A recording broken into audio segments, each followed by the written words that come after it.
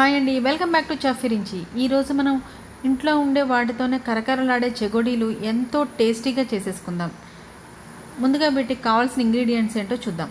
బియ్యం పిండి 1 కప్పు, జీలకర్ర 1 టేబుల్ స్పూన్, వామ్ 1/2 టేబుల్ స్పూన్, కారం 1 టేబుల్ స్పూన్, నువ్వులు 2 టేబుల్ స్పూన్లు, తినే సోడా చిటికెడు, నూనె డీప్ ఫ్రైకి సరిపడినంత, ఉప్పు రుచికి సరిపడినంత. ముందుగా ఒక బౌల్ తీసుకుని అందులోకి 2 కప్పులు బియ్యం పిండి తీసుకున్నానండి నేను. ఇలా 2 కప్పులు బియ్యం పిండికి 1 టేబుల్ స్పూన్ కారం, అలాగే 2 టేబుల్ స్పూన్లు నువ్వులు, అలాగే ఇప్పుడు 1 టేబుల్ స్పూన్ జీలకర్ర, 1/2 టేబుల్ స్పూన్ వామ్, ఇవన్నీ వేసి ఒకసారి మిక్స్ చేసుకోవాలండి. ఇది ఇప్పుడంతా మిక్స్ చేసుకున్న తర్వాత ఇందులోకి 1/2 టేబుల్ స్పూన్ వరకు సాల్ట్, అలాగే 1/4 టేబుల్ స్పూన్ వరకు వంట సోడా కలుపుకొని మొత్తం మళ్ళీ ఒకసారి మిక్స్ చేసుకుందాం. అలాగే ఇప్పుడు 2 టేబుల్ స్పూన్ల నూనె కొంచెం వేడి చేసి పిండంతా పట్టిద్దాం. ఇలా పిండంతా పట్టించిన తర్వాత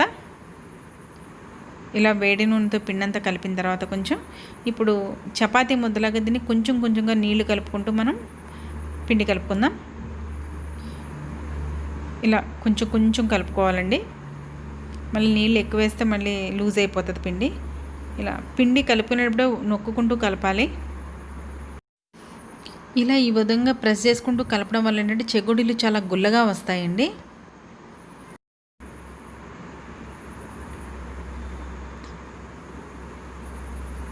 ఇలా ఈ విధంగా మనం నొక్కుతూ బాగా ప్రెస్ చేస్తూ కలపాలి పిండిని. ఇంకొంచెం నీళ్ళు పోసుకొని మళ్ళీ పిండినంతా ఈ విధంగా మనం వేళ్ళతోటి నలుపుతూ నొక్కుతూ ఉంటే మనకి చెగోడీలు చాలా వస్తాయండి, గుల్లగా వస్తాయి చక్కగా. ఇలా మనం పిండిని ఒక 5 నుంచి 10 నిమిషాల వరకు కలపాలండి. ఈ విధంగా ఇది ఒక్క బియ్యం పిండే, ఇంకేమీ పిండిలు కలపలేదండి ఇందులో నేను.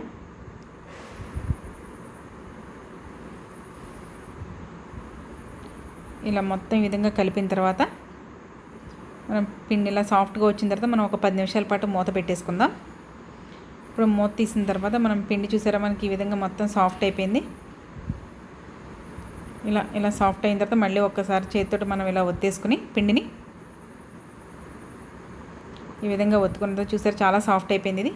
ఇప్పుడు మనం చపాతీలు చేసే ప్లేట్ ఉంటుంది కదండి, దాని మీద కొంచెం బియ్యం పిండి ఇలా రాసుకుని చిన్న ముద్ద తీసుకోవాలి. చాలా చిన్న ముద్ద తీసుకుని మనము స్ట్రైట్గా స్టిక్స్లో చేసుకుందాం.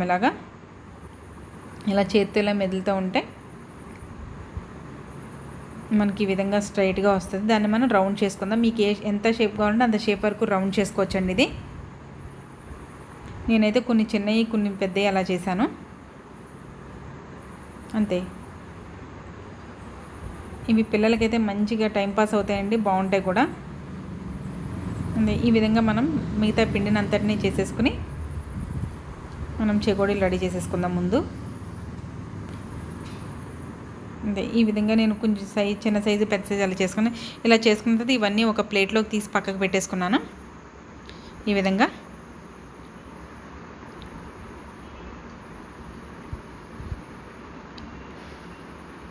ఈ విధంగా చేసేసుకున్న తర్వాత మనం స్టవ్ వెలిగించుకున్నప్పుడు మొత్తం పిండి అంతా చేసేసుకున్నాక స్టవ్ వెలిగించుకుని నూనె పెట్టుకుని నూనె కొంచెం హీట్ ఎక్కిన తర్వాత మీడియం ఫ్లేమ్లో పెట్టుకుని మాత్రమే వేపుకోవాలండి. ఇవి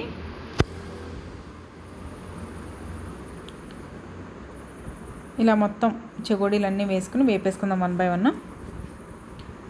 ఇవి ఆయిల్ కూడా ఎక్కువ పీల్చవండి, ఇవి ఆయిల్ కూడా చాలా తక్కువ పీలుస్తాయి.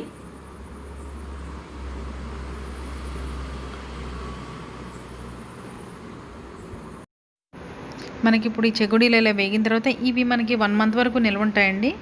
ఎయిర్ ఫ్రీ కంటైనర్లో పెట్టేసుకుంటే మనకి గాలి వెళ్ళకుండా మనకి అందులో పెట్టుకుంటే మనకి 1 month వరకు నిల్వ ఉంటాయండి. ఇవి